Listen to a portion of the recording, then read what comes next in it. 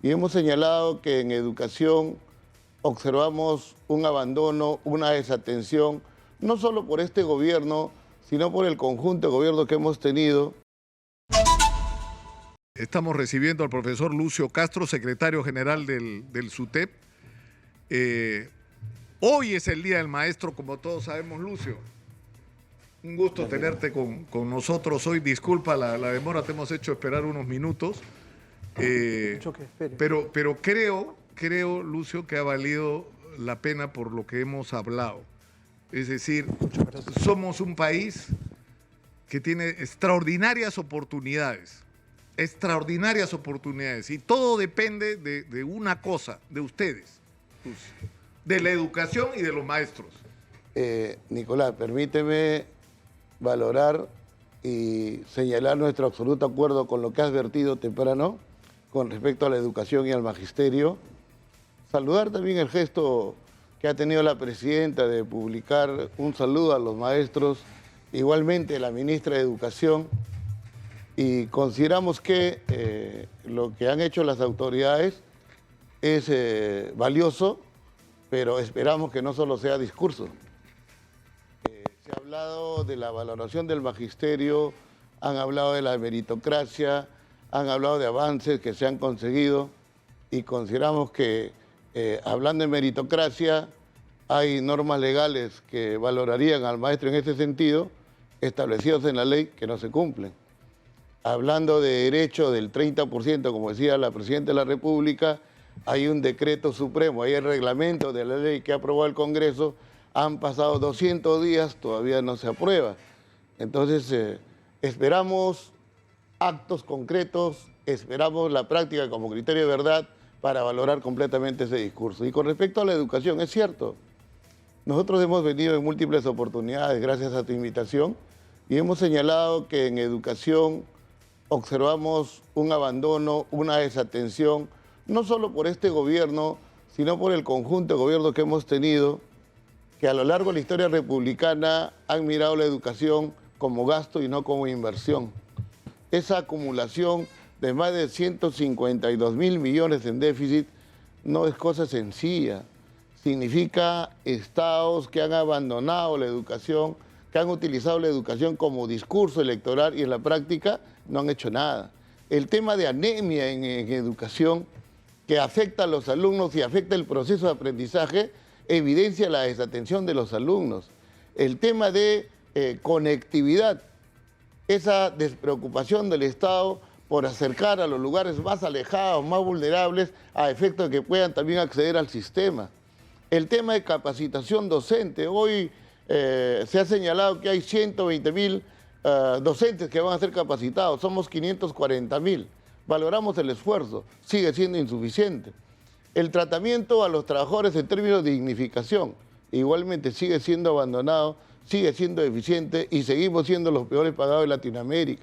Entonces, que este día del magisterio sirva para que los que están en la clase política con poder de decisión puedan reflexionar y fundamentalmente entender que aquí lo que se necesita es decisión política y enfrentar todos, maestros, gobierno, los problemas que tiene la educación y superarlo y poder ser como las grandes naciones, tú lo decías, aquellas que han entendido que la educación es el motor y por tanto hay que apoyarlo. Y esta oportunidad también, para nosotros que estamos en el gremio histórico, glorioso que es el SUTEP, es trascendente porque cumplimos un año más de existencia. 51 años de vida, 6 de julio de 1972, Horacio Ceballos Gámez, nuestro fundador, y el sindicato sigue vigente, sigue trascendiendo y ha sabido resistir embates que han buscado innegablemente destruirnos, ¿no? Claro, porque lo increíble es que el SUTEP se funda en medio del gobierno militar, ¿no? Contra dictaduras y en defensa de los derechos de los trabajadores, en defensa de la educación pública, en defensa de la democracia, que es la línea que ha seguido el SUTEP en sus 50 años de existencia, 51 ahora. Ahora, ¿cuáles son? Es decir, hablamos mucho del déficit de infraestructura educativa. Estamos hablando de locales, ¿no? O sea, ¿cómo hemos logrado acumular 154.000 millones de soles de déficit? Eso quiere decir que, como tú has señalado, que los gobiernos han dejado de hacer ¿no es cierto? Exacto. Infraestructura como se debió en su momento, porque no se asignaron los presupuestos correspondientes, pero eso tiene que ver con que no era una prioridad. Pero eso es una cara, porque la otra es la de la situación de los maestros. Yo decía, por crudo que resulte, que cuando nos dicen hemos salido mal en las pruebas PISA, no son nuestros alumnos los que están siendo sometidos a evaluación, son nuestros propios maestros, a los que hemos permitido que se empobrezcan, ¿no es cierto? O sea, el maestro era como la columna vertebral de la clase media peruana. Así ¿no? es. Y eso se ha ido perdiendo. Yo recuerdo momentos en que los maestros, te encontrabas maestros taxistas, maestros ambulantes, maestros con su bodeguita en su casa, porque no les alcanzaba el sueldo de maestros para vivir. Entonces, si no les alcanzaba para vivir, menos les iba a alcanzar para capacitarse. Hemos vivido una etapa de desprofesionalización de la profesión, en donde el tratamiento al maestro ha sido el más indigno, tal es así que se ha visto obligado a recurrir a otras actividades para cubrir necesidades y responsabilidades familiares. Ha habido un tiempo en el que la responsabilidad de los problemas de la educación se le ha achacado al maestro. Un presidente que decía ganapanes, comechados, mediocres, burros, etc. Hoy nos demuestran los hechos que, por ejemplo, hay un 16% del magisterio que tiene doctorados, que tiene maestrías. Hay un 80% de maestros que participa de procesos de especializaciones, diplomados. Hoy hay internado en el magisterio ese deseo de idoneidad, ese deseo de mejorar, de saber responder a las expectativas que tienen los padres de familia, nuestros mismos alumnos. Y esa contraparte, el Estado, que debería igualmente actuar, no actúa. Entonces, aquí consideramos que la participación de todos los actores, la voluntad política, es la que tiene que asegurar que esos grandes problemas ya conocidos, ya sabidos, sean enfrentados y solucionados. Y decíamos, la educación ha sido un tema de discurso. Hoy mismo escuchamos a muchos personas internadas en educación y que siempre desarrollan opinión. A congresistas de la República que señalan la educación está en crisis, la educación está en un problema, necesitamos atención, pero un poco es el hay que. Lo que nosotros tenemos que hacer ahora es adoptar decisiones concretas, presupuesto de la República idóneo, decisiones y actuaciones que aseguren que esos problemas están siendo enfrentados. Si no, todos los años va a ser un poco lo mismo. Cambiaremos gobiernos para no cambiar y los problemas se van a agudizar. Y eso no quiere el magisterio. Claro, uno de los temas que ha sido recurrente en la discusión en los últimos años ha sido el de la evaluación a los maestros. Y en realidad el concepto de origen de la evaluación es un concepto correcto, es decir, es importante evaluar a los maestros, no con el objeto de despedirlos, sino de saber cuáles son digamos, sus aspectos positivos y cuáles son sus déficits para trabajar en corregirlo. Exitosa. Pero esto tiene que ser una política sistemática, ¿no? De evaluarlos, darles las herramientas para superarse, volver a evaluarles, darles más herramientas. O sea, lógicamente va a llegar algún momento en que algunos quede claro que no están calificados para el ejercicio del magisterio. Pero el objetivo principal, entiendo, Lucio, es elevar el nivel de nuestros maestros, que eso debería ser una prioridad nacional. La evaluación en su real sentido significa enfrentar un examen, un instrumento, identificar cuáles son tus errores para efecto de que ellos sean mejorados. La evaluación para el SUTET es ser evaluados para mejorar y no para ser despedidos. La voluntad del magisterio es ser evaluado. Consideramos que la evaluación es un deber profesional. Y como SUTET, siempre esa ha sido nuestra orientación. Pero aquí también, y lo relaciono con el tema meritocracia, queremos hacer una distinción. Hemos escuchado en múltiples oportunidades que se dice meritocracia es grados académicos, papeles. Meritocracia es superar un examen, un instrumento de evaluación. Nosotros decimos meritocracia es una mirada integral en donde tú veas y consideres la experiencia laboral del docente, que para ser contratado tiene que superar parámetros y está en el aula y tenemos que ver cómo se desempeña en el aula, porque hay quienes tienen un conjunto de documentos, grados académicos, pero cuando está en el aula, el aprendizaje no se desarrolla. Mira la experiencia laboral y su desempeño en el aula. Mira la formación académica del docente, en donde los grados, maestría, doctorado, diplomados, especializaciones, certificaciones, tienen que contar. Y por supuesto, si consideras estos aspectos, estás asegurando que los mejores se nombren, que haya un orden de méritos y la meritocracia se concrete. Y ahí viene todo un cuestionamiento en razón a un proyecto de ley que se ha publicado hace poco. El proyecto de ley 1587, que propone que los que están trabajando en plazas orgánicas y que tienen más de 3 años de contrato tengan que ser nombrados. Y nosotros empezamos diciendo que este no es un proyecto de ley que promueve la aprobación automática o el nombramiento automático, es un proyecto discriminatorio. Porque si sacamos la cuenta, son otros miles de trabajadores que están trabajando contratados, que tienen muchos años como contratados, pero que trabajan en plazas eventuales. O sea, no van a ser nombrados, están siendo discriminados de inicio. Y también en el Congreso no se ha tomado en cuenta que hoy hay una realidad innegable, hay un proceso de nombramiento por el cual trabajó el SUTET, porque el SUTET siempre ha aspirado y luchado por el nombramiento de los trabajadores, con plazas en un número de 87.000 en concurso, plazas que fueron adicionadas y han llegado a 87.000 gracias a presión del SUTET. Y este proceso va a terminar en septiembre y casi todas las plazas van a ser cubiertas. La pregunta es, si este proyecto de ley avanzara, ¿dónde van a nombrarse a los maestros? Si no va a haber lugar para esos 87. Entonces, claro, porque es una discriminación a quienes se han esforzado, quienes han ido a las evaluaciones, quienes han aprobado. ¿Quiénes han impulsado este proceso? ¿Quiénes han impulsado este proyecto de ley? Aquellos que dicen conocer educación, pero que en la práctica, sabiendo el descrédito que tienen, el repudio que tienen del magisterio, quieren lavarse la cara. Y quieren lavarse la cara en base a burla de aquellos trabajadores de la educación que quieren naturalmente nombramiento, y eso no puede suceder.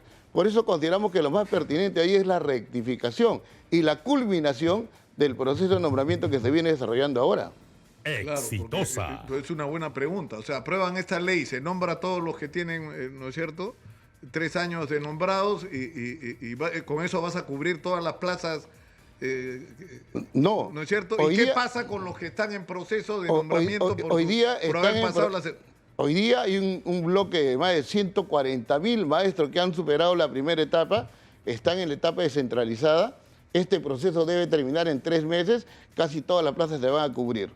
Este proyecto de ley en su trámite regular, si es que avanza, terminará por septiembre, octubre.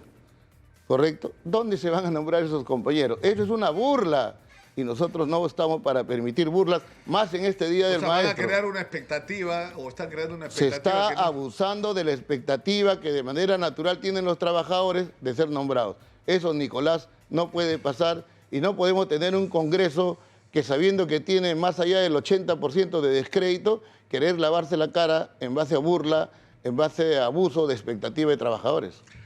Yo me preguntaba, Lucio, todos estos, en realidad te soy sincero, años, desde que la cifra del déficit era menor, ¿cómo haces para resolver estas brechas tan grandes? Ahora se ha puesto de moda, odio estas expresiones sociológicas, la brecha, ahora la moda es la brecha. ¿No?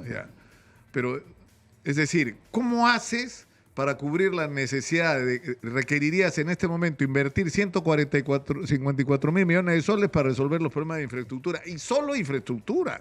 Así es. A eso hay que sumarle equipamiento y a eso hay que sumarle algo más importante aún, que es calificación, entrenamiento, preparación de los maestros.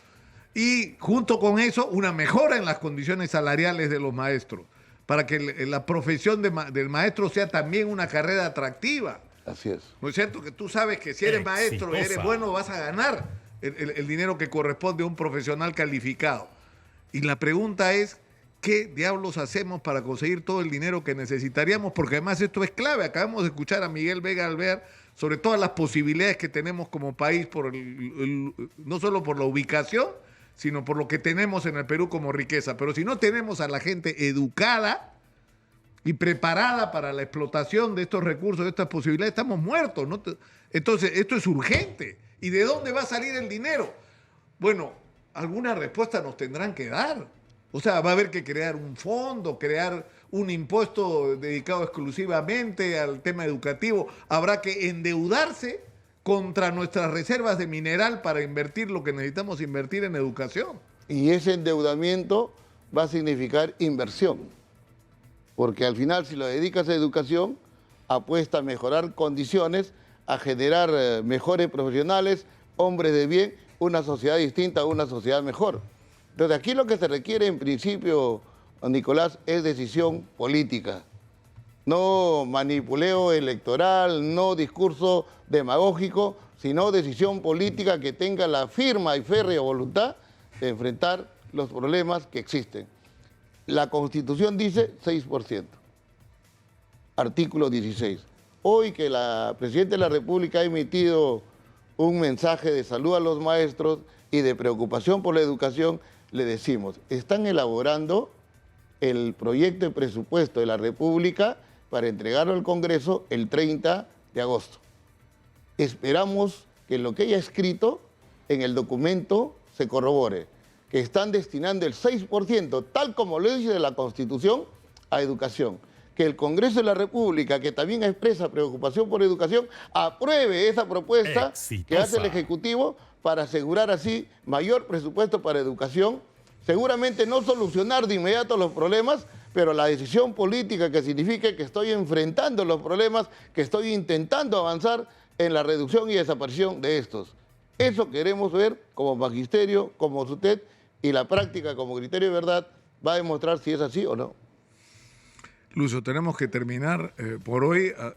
A través tuyo quiero transmitir a todos los maestros del Perú un afectuoso saludo. Tú sabes que incluso cuando hemos tenido diferencias, nosotros hemos estado junto a ustedes. Hubo la experiencia esta de la huelga. Yo hablé con ustedes. Así es. Y hablé también con el otro sector, diciendo, ustedes pueden tener diferencias, pero es lo que no puede ocurrir. Ustedes no pueden dividir el SUTEP. Por más diferencias que haga, el magisterio no puede perder ese patrimonio de tener una sola voz que lo represente.